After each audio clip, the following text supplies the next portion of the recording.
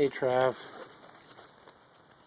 I'm here working on the 4runner. I just wanted to share the stuff I've done and found out. This is the fuel pump, and I jumpered it directly to the battery with some little alligator clips and wires. Just plugged it in right there, and then just went directly to the battery, and it came on just fine. So I did actually measure. I measured for voltage at the pump before I even removed it, but I'm kind of new to this stuff, so I didn't know what I was doing. And since then, I did a little more research and figured out that I think it was getting a 1.5 volts, and it should be getting 12 volts, obviously. So anyway, so this is the rear seat.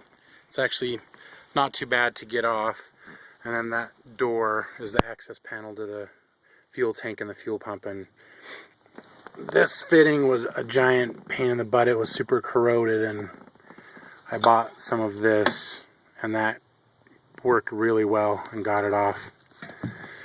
Anyway, so yeah, I pulled that all apart. I'm gonna put it back together because I'm pretty sure it's not the pump at this point.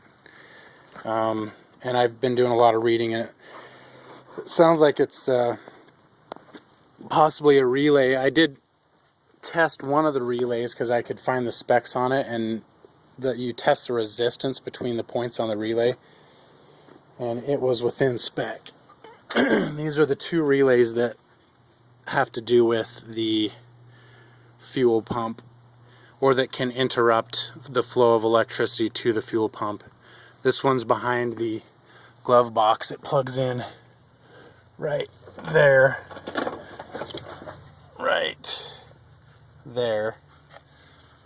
and this one, this thing doesn't focus very well.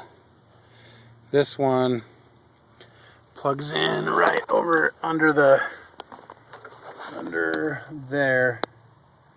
right above that red box on the left. You see those 4 points in the socket. Anyway, you can measure resistance between the points, and if it's within a certain spec, then it means the relay is good. So this one is definitely good. This one I couldn't find the spec on yet, but I'm just going to take these with me and figure it out. And I did find a 15 amp fuse over up in there. You can see that little fuse panel there. One of the fuses in there was bad. I also found, yeah, that's all. I was going to say I found that the horn fuse was 10 amp when it's supposed to be 15, but I guess that wouldn't really stop it from working.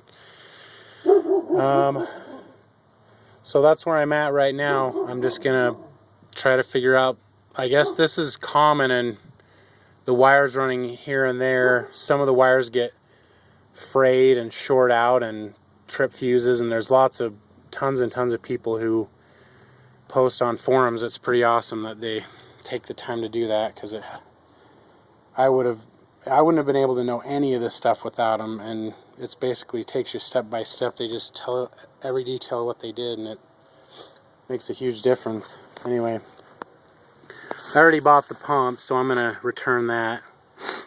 And I got this fuel pressure testing kit that I used the multimeter out of. I didn't want to test the fuel pressure unless I first determined that the pump was good and that it still wasn't starting. So I haven't reached that point yet. I think it's just turned into an electrical problem. So that's the drum I'm beating, or whatever, or the trail I'm dogging right now.